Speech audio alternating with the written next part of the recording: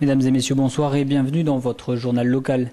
À la une aujourd'hui, nous reviendrons sur la mobilisation du lycée Déodat de Sévrac contre l'expulsion de Yasmina, élève de BTS.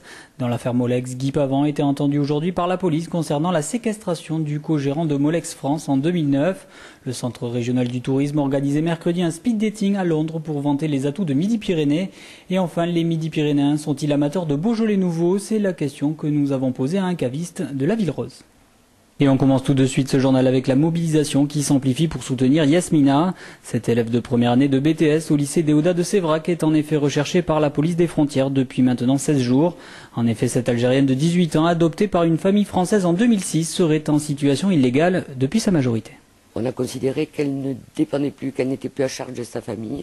Et de ce fait, on l'a considérée comme un individu isolé, donc de nationalité algérienne.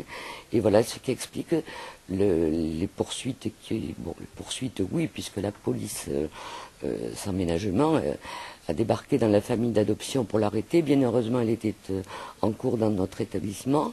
Et donc, c'est à partir de ce moment-là qu'elle s'est cachée. Un cortège constitué d'élèves, d'élus et d'enseignants s'est donc dirigé en début d'après-midi vers la préfecture pour rencontrer les représentants du préfet et mettre en avant la nécessité pour la jeune Algérienne de finir son BTS en France. Ce BTS n'existe il n'existe pas en Algérie, et même en France, il y en a très peu, il y a très peu de lycées qui font cette spécialité. Donc Yasmina souhaite faire ce BTS pour ensuite travailler en Algérie. Reste maintenant à savoir si ces arguments seront jugés recevables par le préfet de Haute-Garonne. Après Denis Paris lundi, mercredi, c'était au tour de Guy Pavant d'être entendu par les enquêteurs de la police judiciaire. En effet, ces deux anciens syndicalistes de Molex sont accusés par le co-gérant Molex France, Marcus Keriou, de séquestration en 2009. Durant l'audition de Guy Pavant, des anciens salariés se sont rassemblés devant l'hôtel de police. Plus d'explications avec Denis Paris, ancien secrétaire du comité d'entreprise et désormais conseiller régional. Actuellement, il y a Guy Pavant qui est entendu par la police judiciaire sur une affaire de séquestration que Molex a déposé une plainte le mars 2010 sur une affaire d'avril 2009. Donc voilà, aujourd'hui on est entendu par la police judiciaire à ce sujet-là. Donc à savoir que Marcus Keriou, qui était le co-gérant, a déposé une plainte contre les salariés de Molex et non contre Guy Pavant ou Denis Paris. Mais c'est le parquet qui a décidé d'entendre Guy Pavant et Denis Paris. Il faut savoir qu'aujourd'hui Molex refuse de payer l'intégralité du plan social. Donc Molex doit encore aujourd'hui 4,5 millions d'euros. Et aujourd'hui ce sont les salariés qui sont convoqués à la police judiciaire pour une retenue d'avril 2009. Donc c'est vraiment malvenu aujourd'hui. S'il y a quelqu'un qui est pris en otage, c'est certainement les salariés. Et donc ce serait plutôt à Molex à comparaître aujourd'hui que les salariés. Le comité régional de tourisme de Midi-Pyrénées est de retour d'un speed dating pour vendre la région à Londres. Au menu tour des sites touristiques et nourriture régionale, autant d'atouts mis en avant lors de cette opération intitulée The Big Lunch.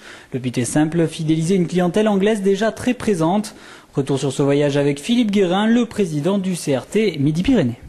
Vous savez, pour séduire le deuxième marché de la région Midi-Pyrénées, près de 700 000 nuitées par an, il faut avoir des opérations innovantes. Et le speed dating, c'est innovant, c'est-à-dire que autour de table, avec les tour opérateurs britanniques, les journalistes, un peu plus de 200 personnes, nous avons à chaque plat changé de table pour attirer les Britanniques ici, en Midi-Pyrénées, autour de thèmes qu'ils connaissent bien, mais dont ils sont toujours très, très friands.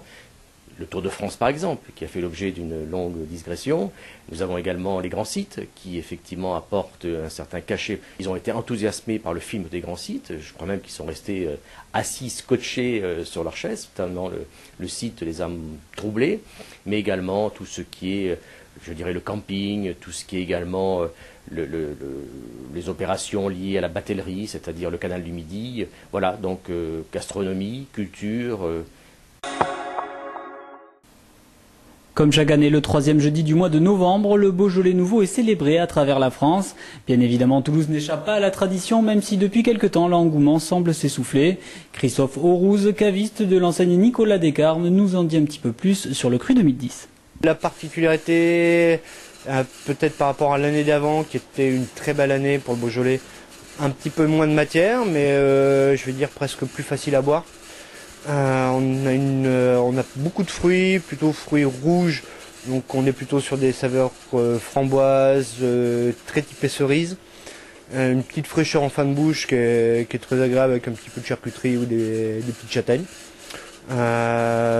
Non, cette année ça a l'air pas trop mal. Ça s'essouffle un petit peu. Bon, si mes souvenirs sont bons, les premières années où ils ont fait ça, c'était 51. Donc c'est vrai qu'au bout d'un moment, ça reste une institution, mais les volumes sont moins là. Et puis surtout, on est sur une région viticole, donc maintenant il y a un peu plus d'attrait pour les vins locaux, c'est-à-dire les Gaillac nouveaux. Voilà, c'est la fin de ce journal. Merci à vous de l'avoir suivi. Dans quelques instants, on se retrouve pour l'invité du jour. Ce soir, c'est Jean-François Davio, lauréat de Toulouse.